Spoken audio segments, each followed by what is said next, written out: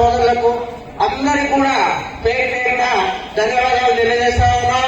చాలా మంది మాట్లాడేది ఉండే, ఎందుకంటే టైం ఎక్కువైంది కాబట్టి సమయం లేదు కాబట్టి ఒకటే నిమిషం నేను చెప్తా ఉంటా. బై ఎలక్షన్ 2022లో మరి రమణ కమ్యూనిటీ ఏదైతుందో వీళ్ళందరూ కలిసి రాజగోపాల్ రెడ్డి గారిని మా చాకరేలమ్మ విగ్రహం అని చెప్పి వారిని అడిగిన వెంటనే 2022లో శంకుస్థాపన చేసి మరి ఈ రోజు ప్రారంభోత్సవం చేసుకోవడం కూడా జరిగింది. మరి ఆ కార్యక్రమానికి ఇచ్చేసిన అందరూ కూడా ధన్యవాదాలు తెలియజేస్తా ఉన్నాం. మరి చాకరేలమ్మ అంటారు. వారి ఇంటి పేరు చిట్టాల ఐలమ్మ.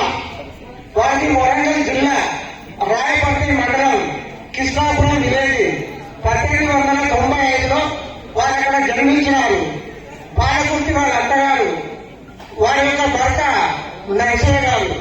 మరి ఒక మహిళ ఆ రోజుల అంటే దాదాపు 135 సంవత్సరాల క్రితము మరి భూమి కోసం ముక్తి కోసం అక్కడ ఉన్నటువంటి ప్రకటనలకు అడ్డం తిరిగి దేశముఖ దొరైనటువంటి రామచంద్రారెడ్డి అనే వ్యక్తికి ఆనాటి చరిత్రలో 60,000 ఎకరాల భూమి ఉండే. ఆ భూమి వీరందరూ కూడా పీదలు కాబట్టి దున్నుకోవడానికి సేద్యం చేసుకోవడానికి వీరందరూ కూడా కష్టపడితే మరి అక్కడ ఉన్నటువంటి రామచంద్రారెడ్డి గారి దొరసానైనటువంటి జానకమ్మ ఆమె దగ్గర ఎప్పుడు కూడా 200 మంది కొండాలు ఉండేది. మా ఊరి మీద కానీ సాగర్ ఐలమ్మ మీద కానీ దాడి జరిగినప్పుడు అప్పుడు దొడ్డి కొమ్మల మన తెలంగాణ ఉద్యమకారుడు ఆ రోజు కూడా చనిపోవడం జరిగింది. అంతటితో ఉద్యమం ఆపకుండా ఎక్కడైతే అన్యాయం జరుగుతుంటే అక్కడ పోరాటం చేసి ఆగ్రమ సభలు అప్పుడు జరుగుతూ ఉండే.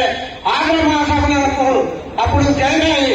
గ్రామం తిరుగుకుంటూ గ్రామంలో మహిళలను యువకులను చైతన్యం చేసి ఈ భూమి దక్కాలి, ఈ కష్టం చేసినటువంటి భూమి ఉండాలి, మేము పండించినటువంటి పంట మాకు ఉండాలని చెప్పి ఆ రోజులు ఆమెకి తిరగబడినటువంటి తెలంగాణ సాయుధ పోరాట యోధురాలు మన చిట్టాల ఐలమ్మ గారు. అదే స్ఫూర్తితోని ఈ రోజు కూడా పోరాటం వచ్చింది. మన భారతదేశంలో మన స్వతంత్రం మనం పోరాటం చేసుకుంటేనే ఈ రోజు తెలంగాణ వచ్చింది. ఏదైనా ఎక్కడైనా అన్యాయం జరిగితే అన్యాయం ఎప్పుడైతే ఎదురిస్తారో వారే చరిత్రకారులు అవుతారు. ఎక్కడైతే అన్యాయం జరుగుతుంటే ఇది నాకెందుకని చెప్పి వదిలేసిన వారి చరిత్ర ఇందులైతారు అని చెప్పి సభాముఖంగా అందరినీ కూడా తెలియజేస్తూ మరే కాకుండా మన గౌరవనీయ పెద్దలు రాజగోపాల్ రెడ్డి గారు కూడా ఎన్నో కార్యక్రమాలు చేసినటువంటి ఘనత వారికి ఎదురుస్తున్నా కానీ వారి తక్కువ అని చెప్పి తెలియజేస్తూ మరి పైన మా పక్కన 15 వార్డులో ఉన్నటువంటి ఎల్లమ్మ టెంపుల్ శంకుస్థాపన చేసాం.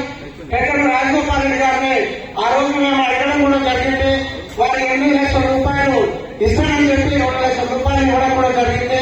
మరి అసంపూర్తిగా ఉన్నది కాబట్టి ఆ టెంపుల్ కూడా మీరు దయచేసి సాయం చేయవలసిందిగా నేను కోరుతా ఉన్నా.